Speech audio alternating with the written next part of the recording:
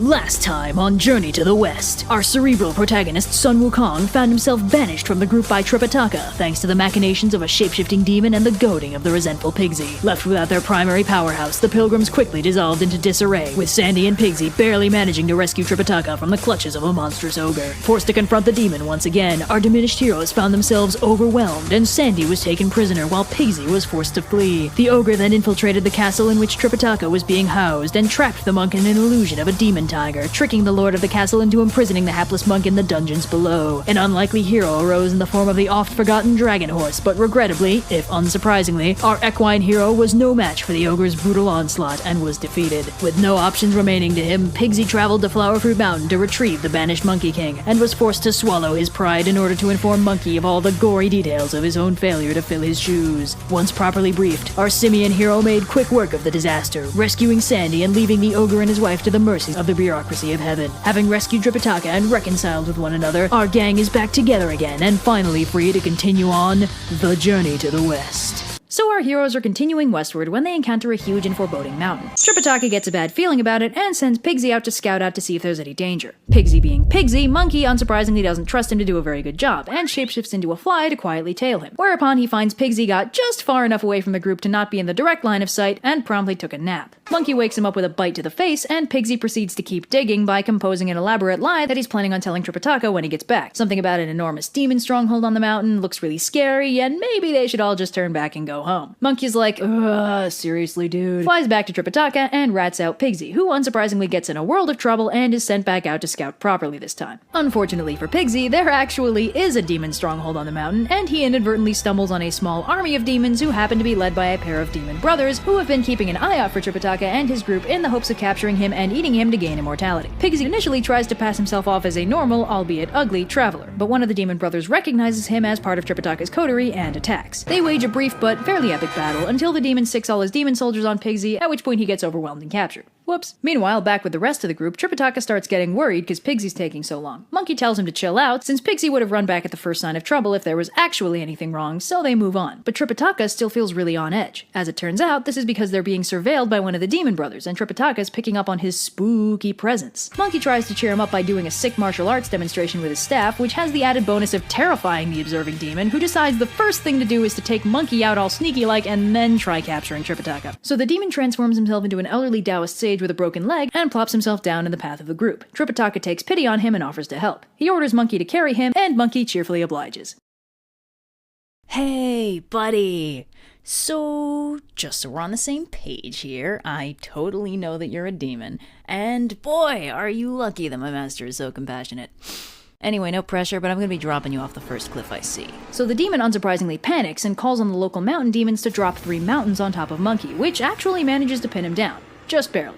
The demon then chases down Tripitaka and captures him, Sandy, and the horse. So the entire gang minus Monkey is strung up in the demon's lair, and Monkey is stuck under 3 mountains and having crazy flashbacks to the last time a mountain got dropped on his head, so basically fun times for everybody. But soon enough, the local mountain gods recognize Monkey and freak out, freeing him as soon as possible and asking him to pretty please not kill them. Luckily for them, Monkey instead chooses to sublimate his aggression on 2 mook demons that happen to be heading their way. As it turns out, the demon brothers sent them over to finish him off. Monkey notices a strange light coming off of them, and when he asks the mountain gods about it, they say it's probably coming from a couple of the sacred treasures that the demon brothers have. Apparently they have 5 in total, each one quirkier and more powerful than the last. So Monkey spontaneously decides that Tripitaka can wait because he absolutely has to collect all 5 sacred treasures. So he turns himself into a Taoist sage, flags down the demons, and asks them about their treasures. They explain that they've got a gourd and a vase, and conveniently they both work the same way. If the wielder calls someone's name and the person responds, they'll be sucked into the treasure and dissolved. Monkey's like, oh wow, that sure sounds pretty cool.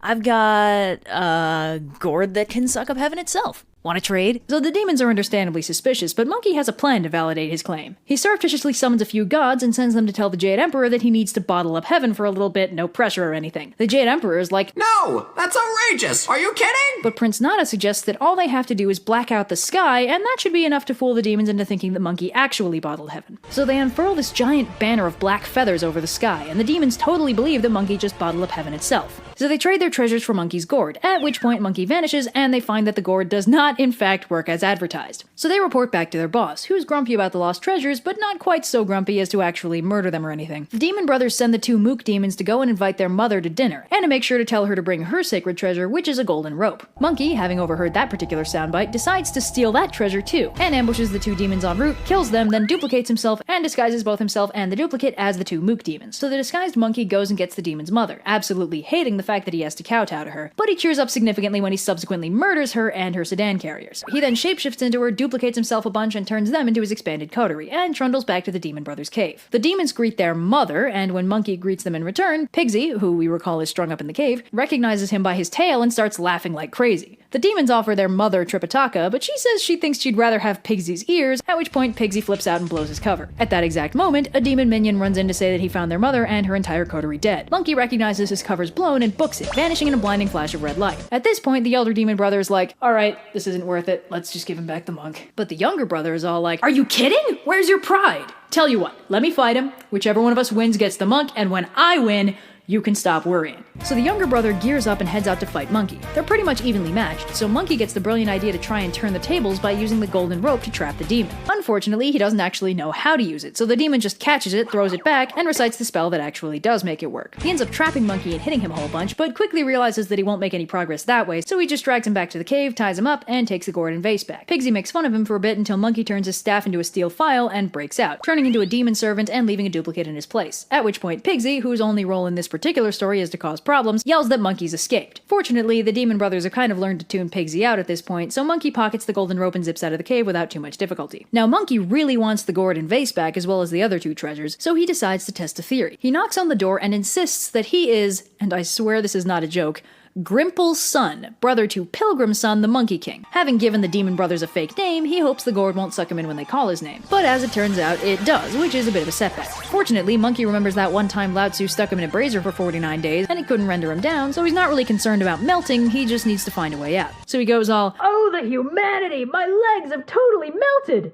That was fast. "Oh geez, there goes my pelvis." Noisy, isn't he? "Why have you forsaken me, Buddha?" So Monkey makes a duplicate that looks like him but half melted and subsequently turns into a fly. So when the demons crack the seal to check on his melting progress, he flies out of the opening all sneaky-like. Monkey then pickpockets the gourd and replaces it with a duplicate, which seems to be something of a theme this episode, then slips outside and knocks again, this time claiming to be Son Pilgrim, yet another suspiciously identical monkey with a bad attitude. The demon plans to suck him up again, but he spots Monkey's identical gourd and demands to know where he got it. Monkey's like, "Why don't you tell me where you got yours?" And the demon gives him a gloriously detailed info dump involving the birth of the universe itself, to which Monkey replies with, yeah, same. And they compare gourds. Unsurprisingly, Monkey's gourd actually functions while the demon's duplicate gourd doesn't. So Monkey sucks up the demon, who dissolves almost immediately on account of not being Monkey. So the elder demon learns of his brother's death and gets incredibly upset. And Pigsy casually mentions that all the monkeys that came to the door were obviously the same monkey. What are you, stupid? And the demon gets even angrier and orders his servants to steam him. So the elder demon gears up for battle with his brother's sword and the fifth treasure, which is a fan. He heads out to fight Monkey and, having learned from previous experience, immediately sicks his army on him, which Zurg rushes and actually causes Monkey some trouble until he makes a bunch of duplicates to fight the army. The elder demon gets surrounded and whips out the fan, which, as it turns out, shoots hellfire.